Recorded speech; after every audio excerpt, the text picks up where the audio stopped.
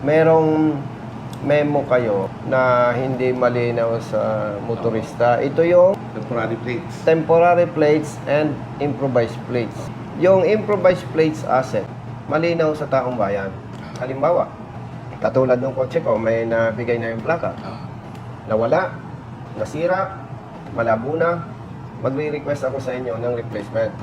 Pero considering na may minana kayong problema, hindi nyo agad kayang ibigay. Yung plaka. Kaya ang ginagawa po ninyo, mag-issue kayo ng authority to use improvised plates. Tama yun. Malinaw sa taong bayan yun. Correct. Ang nakukonfuse sila kasi, yung temporary plates. Na halimbawa po, bumili ako ng motorsiklo, wala pang available plates. So, gagamit ako ng temporary plate. Ang nakasulat po doon, MB file number. Correct. Tama ba? Tama yun. Gusto ko pong i-clarify on behalf of the riders na ang sabi sa memo, kung ako ay may biniling motorsiklo, rehistrado, narehistro, January 2023, onward. Pag sinabing onward, di po ba pwedeng February 2023 or March or 2024. May nabanggit kayo doon, Asek, na authorized lang ako gumamit ng MB file number within 15 days Correct. mula sa date ng sales invoice. Ibig po bang sabihin, doon sa initiatives ninyo, halimbawa bumili ako ng motorsiklo ngayon, nabili ko, pag nag-comply ang dealer, within 15 days, Dapat yung plaka nasa may-ari na. oo. So, ibig sabihin, Director, pag bumili ako ng motorsiklo ngayon, mula doon sa date ng sales invoice, base sa performance ng LTO, pag nag-submit ang dealer para sa rehistro, within 15 days, may plaka ako dyan. Correct. Tama po ba? Correct. Kaya pag lumampas doon sa 15 days from the date of sales invoice, may nakikita kayong problema. Tama. Pwedeng sa dealer, pwedeng sa akin Correct. as rider. Tama. Ano po? Tama. Ano yung nakikita niyong problema na ina-anticipate ko? Bumili ako ng motorsiklo, na-rehistro, lumabas ang plaka, nasa kasa. Hindi ko po alam kung anong dahilan, bakit mayroong kasa, na kahit yung rider balik ng balik, wala pang plaka, wala pang plaka. Inform lang kita, Asek, bakit na-anticipate ko yung nakita niyong problema. Marami nang humingi ng tulong sa amin, Direktor. Sabi ng riders, Sir, nakalimang balik na kami. Wala daw plaka. Punta ka sa kasa. Pag kinausap ko, kasa, kung sinasabi mong nasa LTO, i-check ko yan. Pero bigyan muna kita ng chance. Ayusin mo. Within 5 days, babalikan ka namin. Correct. Yun ang Asek, Director. Tatawag yung rider, Sir, okay na po yung plaka. Okay lang binigay sa'yo. Sir, after na makapag-usap kayo. Kaya may problema talaga sa ibang kasa. Now, Asek, ang tanong, kung January onward, 2023 yung rehistro ko, at nasita ako ng LTO. Nasita ako ng enforcer ng LTO, MB file number. Siyempre, huliin ninyo ako kasi may memo. Di ba? Ka-flag down, kukunin yung sales invoice niya. Kung kailan na... May tanong ako sa iyo, Asek, before you continue. Halimbawa po, 1 year na yung motorsiklo ko. Walang assurance, Asek, Director, na pag sinita mo ako, may present ko yung sales invoice. Doon tayo sa worst scenario. Sinita mo ako, Sir, pwede po ba makita ang RCR? Pag-check mo, ay sa halimbawa ay March 2023. So, base doon sa inyong memo, kailangan ma-establish nyo. Nasaan ang problema? Correct. Hahanapan po ninyo ako ng sales invoice. Ay, hindi ko ma-present. Kung walang sales invoice, kahit ORCR, Okay, ORCR. pwede na yun. At on that basis, hanapin namin yung plaka. Okay. Picturean. So, alam na namin siya. Picturean. Tapos, matitrack na namin yan kung sinong dealer. Okay? I-showcase namin si dealer kung bakit wala pa itong plaka. Pag napatunayan ni dealer na meron palang plaka at nabigay na niya dun sa motorista, Iso-showcase mo ako. showcase mo. Tapos, Paliwanag bakit hindi na kita. para Asek, ma-establish, kung walang plaka yung motorsiklo ko, samantalang sa system, may nagawa na kayo eh. Correct. Ang gusto nyo i-find out, Yung bang dealer o yung rider ang may problema? Correct. Ang una naming approach, dealer. Dealer. Kasi experience namin, karamihan ng problema, dealer. Tama. So yun ang first. Pero pag napakita sa amin ng dealer na nabigay na yung plaka dun sa motorista, then focus yung motorista. Mabuti na nabanggit mo yan na nakita niyo yung problema talaga, usually sa dealers. O, ako mismo po ang pumunta sa dealer. At kayo, nung hinukat namin na, 6 na ang plaka na doon pa sa Yun. bodega nila. So, Brother Matt, na mismo si ASEC nakapagpatunay at sa kanilang trabaho na maraming dealers nakatambak ang plaka doon. So, ang maganda dito, na malinawan ng mga kapatid nating motorista, particular sa riders, ang target nyo muna, dealers. Correct. So, ASEC, pag napatunayan po ninyo na ang plaka nakabinbin sa dealer, mayroon kayong sanction na ibibigay? Oo, unang fine ba? Pero una, kailangan ibigay na yung plaka dun sa motorista. Kailangan may proof of delivery yan. Kung di niya bibigay yan, may panibagong fine na naman yan. So, ibig sabihin, Fine ASEC, up to suspension. Ha? ASEC, ibig sabihin po, doon sa first offense, sa parte ng dealer, hindi nyo muna bibigyan ng sanction. Then, sanction agad. Sanction na agad. Notice to explain agad. Notice to Tapos explain. fine na agad. Kung talagang hindi niya binigay, di ba niyang pinaalam sa motorista, fine na agad yung dealer. Fine or... Fine. Di ba? First offense, First fine. offense, fine. Second offense, fine. Third offense, fine with suspension. Fourth offense, revocation of accreditation. Yes. At, syempre, may jurisdiction kayo sa mga dealers. Tama ba? Meron silang accreditation eh. Oo. Ang problema nga namin po, nakitulong nga dito ng ginagawa niyo. Meron tayo mga 34 motorcycle dealers sa Batangas na wala accreditation. So, ang ginagawa namin yun, cease and desist na yan. Sa tulong ng local government, ila-lock up na yung establishment. By the way, ASEC, pareho naman kayong abogado. Sa ngala ng public service, pwede ba ninyong i-publish yun? Na itong mga dealers na ito, Ipapublish natin. yan ay bogus. We will publish them. We will publish it. In the local newspaper, kung saan popular yung diary sa Batangas, sa Batangas. Para mag-serve as warning sa Opo, mga opo. dealers. Kasi Sa hirap mga eh. riders. Kung hindi sila accredited, ibig sabihin ginagamit nila, hindi pa pupunta yung plakas nila, may ginagamit silang accredited dealer. Siguro ako, dealer talaga ako, accredited ako sa LTO, para lumami yung aking tindahan. Diba? Na hindi na dumadaan sa LTO. Kunwari, hindi mo naman kaya, Oo. nag-establish ako ng akin, Franchising mo yan. nakakabit lang ako sa'yo. Nakakabit. That's correct. I see. Nangyayari yan sa motorsiklo, karamihan, nangyayari sa kotse. Big kotse. So, ASEC, ibig sabihin pala, paglilinaw sa mga riders, pag na-plug down, na-check, MB file number nakalagay sa'yo, Opo. fair naman yung LTO. Aalamin nila kung nasaan yung problema. Kung nandoon sa dealer, doon sa binilihan ng motorsiklo, or nasa rider. Halimbawa naman, ASEC, okay na tayo na napatunayan natin na yung dealer ang may problema. So, meron kayong sanction. Paparusahan nyo base doon sa inyong polisiya. Kung ako naman, halimbawa, ASEC, na-pick up ko na. Pero maraming dahilan eh. Pwedeng tinamad ako, pwede naman gusto ko ma-preserve na laging bago. Maraming Pinoy, maraming discount ano. Pag-ayaw talaga, maraming rason. Yes, pwede yun eh. No. Ano ASEC ang kaparusahan sa akin? Failure to install. Failure to attach. Attach ka na 5,000 pesos.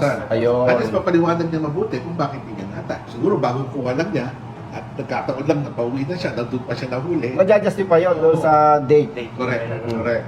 Okay. So sa madaling salita, fair naman ng LTO.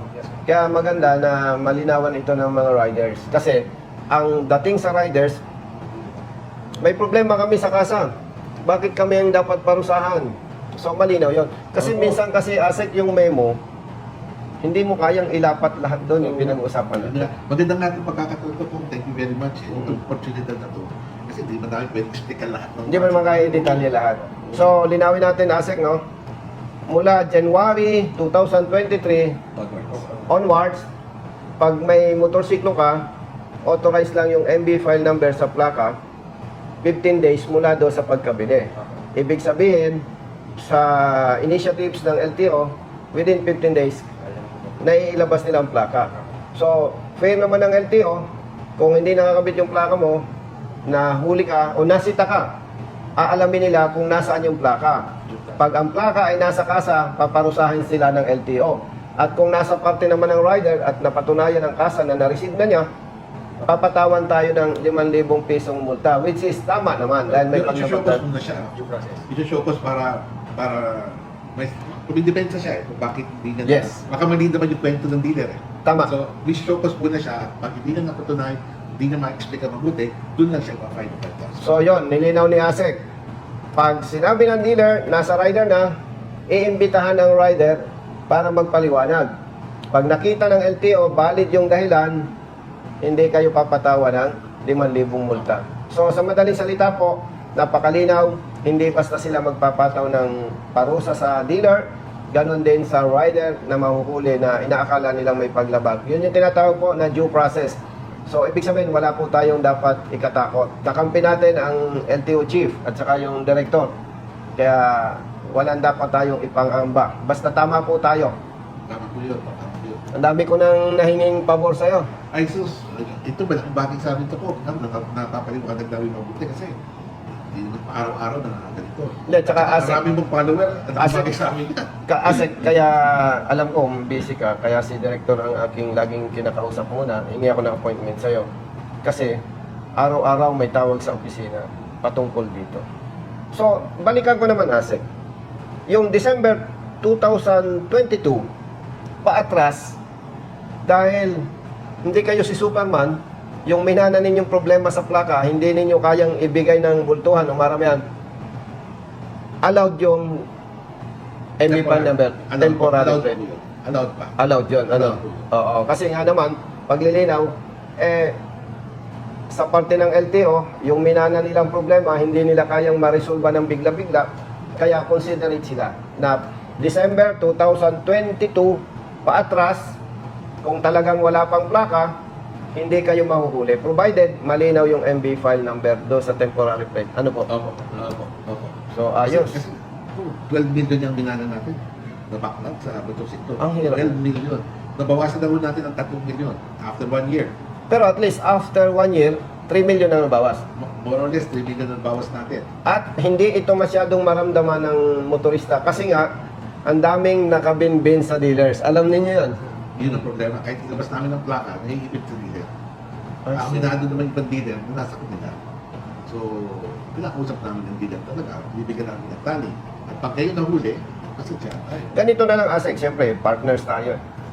Pag may nagsumbong sa amin, katulad nung dati, at sabi nung rider, Sir, pabalik-balik kami, walang plaka. Tapos pag tinulungan namin, lalabas. Magre-report kami sa inyo para bigyan nyo ng sanction. kung ibang sa amin yan. Kasi yung aming hotline, hindi naman lahat nakaka-access ng hotline. Yung mas magandang hotline yata, tuloy nyo na lang. Magandang site ka. Alam mo ba ang magandang? Pag ito yan, sabihin nyo sa amin, kami na maghahanap ng plaka nila. At saka, by the way, for your information, Brother Matt, Brother Jerry, pag may nakikita akong barubal na motorista, katulad nung huli, nagkaroon ng argumento. Nung palis na, intentionally, Oo. binangga yung rider. Yun, pag pinadala ko sa inyo, immediately may action kayo. Tapos kagad tayo din. Shokus. Meron nga, yung nakapara lang siya dun sa daanan ng bicycle, the bike lane. Sinokos na rin namin. Oo. Kasi masyadong matapang eh. Siya nagkamali, siya patagalit. Ay, oo nga, no? Hindi, at least nakita ko naman, mabilis kayong umaksyon. Di ba, maganda nga yun. May hotline po kayo. Meron po. Siguro, ganitong pagkakaiba. Nung hotline ng LTO, may hotline kayo. Pag nagsumbong sa inyo, siyempre, di ba? Ibig sabihin, nagsumbong, may problema. Sa amin, pag nagsumbong, may problema din. Ang kaibahan lang, on your part, government kayo eh. Sa parte ko, sa advokasya, privado. Eh, pag mali ang huli, binibigyan namin ng danyos. Oo. Eh, hindi nyo kayang ibigay yun. Eh, siyempre, ano, yun ang pagkakaiba. Kaya hindi magsusumbong sa inyo. Nakita ko yun, kayo nag-aabogado pa. Oo. Pero kung mas marami kang follower eh. Siya yung magandang hotline. Hindi, sabi naman, Ang reklamo sa inyo. Asek, sabi, ba't pag tumulong si Congressman Busita, pinapakita pa sa video? Ganito ang explanation ko, Asek, bilang kaibigan, Director, bilang kaibigan, para malinaw sa inyo. Talagang sinasadya ko po. Bakit? Pag si driver humingi ng tulong sa amin, mali ang apprehension ng lokal na pamahalaan, may multa na 5,000. Pag yung nakipagkita ko, diniscuss namin with concerned agency yung issue. Tapos hindi ko binigyan 5,000. Siyempre, yung driver mo, pag may problema, batatag pa kay Congressman Busita, wala naman palang kwenta. Kaya talaga po, pinapakita. That's the point. Yung bagay po. Pero yun, pag naibigay ko, naka-off camera na, Pare, baling mo yan. Yan. Ay, sasabihin ni Asek, ba't walang nag-expose? Sasabihin ni Asek, ba't walang nag-expose yan? Sige nga, expose mo yung congressman. Di ba? Yan, issue kang check eh. Walang pondo yan ha. One showbiz lang yan. Tapos si Asek ano. Hindi ko alam yun. Maganda yun. Tapos napansin mo ba, pag may inaksyonan, ang daming nagpapapicture sa akin. May advance party ako. 100 yun. O, papicture. Dadating si congressman. O, 100. Para saan to, sir? Papicture kayo, ah. Para ang dating, popular ako, di ba? Ang daming sumasalubong. Bayad yon. Oo, bayad yun. No? Pero ito yung hotline mo. Ito. Yan ang hatay namin. Messaging lang, walang call eh kasi. Pero pag message, 24/7 yan. Nakita niyo ba yung command center namin yan? 24 oras naman. Isa lang talaga ang kulang dito.